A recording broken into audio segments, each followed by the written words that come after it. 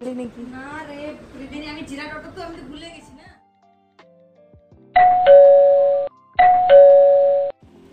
Hello বন্ধুরা, welcome back to a new blog and my channel. আশা করছি তোমরা সবাই ভালো আছো, সুস্থ আছো। আমিও ভালো আছি। আমি ব্রাইডাল মেকআপ আর্টিস্ট মৌমিতা।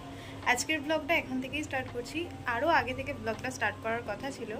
তো আজ আমার ফ্রেন্ড আসবে বাড়িতে ওর বোনকে নিয়ে, কিন্তু এখন ঘড়ির কাঁটায় টাইম অনেকটাই বেলা হয়ে গেছে। আরও আগে ওদের আসার কথা ছিল 11টার মধ্যে, কিন্তু এখন ঘড়ির কাঁটায়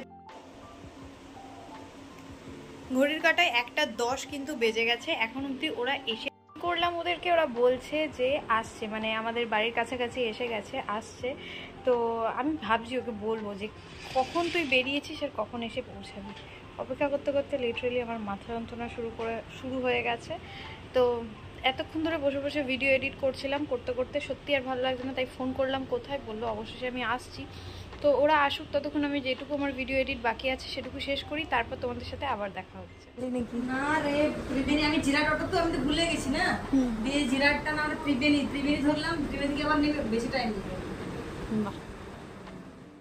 শুনতেই পেলে ও বলল ভুল টোটোতে উঠে পড়েছিল, তার জন্যই আসতে দেরি হয়েছে। আর সকাল থেকে নাকি কিছু খাওয়া দাওয়া করেনি, তাই এত বেলা করে আসার কারণে প্রথমেই আগে আমরা খাওয়া দাওয়াটা সেরে নিলাম। তারপর এই বসে বসে গল্প শুরু করব, তাই জন্য একটু প্রথমেই ভিডিও করে নিচ্ছিলাম।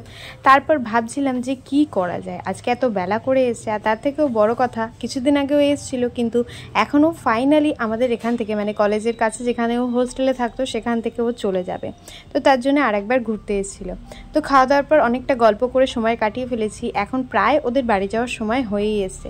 তো মা বলল তোর বানানো লাড্ডুগুলোকে নিয়ে আয় আর কিছু মিষ্টি নিয়ে আয়। তাই ওদের দুজনের জন্য লাড্ডু আর মিষ্টিটাই এনেছিলাম। দিয়ে ওদেরকে ভাবছিলাম জিজ্ঞেস করব যে কেমন লাগছে, মানে খেতে কেমন লাগলো সেটা বল। কিন্তু তার আগেই বলছে খেতে পারো না, যে তুই খেয়ে নে, খেয়ে নিয়ে আমাকে বল তোদের কেমন লাগলো। দিয়ে চলো শুনে নাও ওদের মুখ থেকে যে আমার বানানো লাড্ডুগুলো খেতে কেমন হয়েছে। তারপর আমরা এসেছিলাম একটু ছাদে ভিডিও করার জন্য। আমি সেরকম একটা রিলস ভিডিও বানাতে পারি না, কিন্তু ও বানাচ্ছিল কিছু রিলস ভিডিও, আর তারপর ওকে তুলে দিচ্ছিলাম কয়েকটা ফটো। দাঁড়াও, চ্যানেলে যারা নতুন আছো চ্যানেলটাকে সাবস্ক্রাইব করে নাও, আর পাশে থাকা বেল বাটনটা বাজিয়ে দাও, যাতে পরবর্তীতে আসা নতুন ভিডিও নোটিফিকেশন সবার আগেই পেয়ে যাও। ওপর থেকে নামতে না নামতেই মা কিন্তু আমাদের জন্য চা রেডি করে রেখেছে। তো এখন কিন্তু ওদের চা খেয়েই বেরোনোর পালা।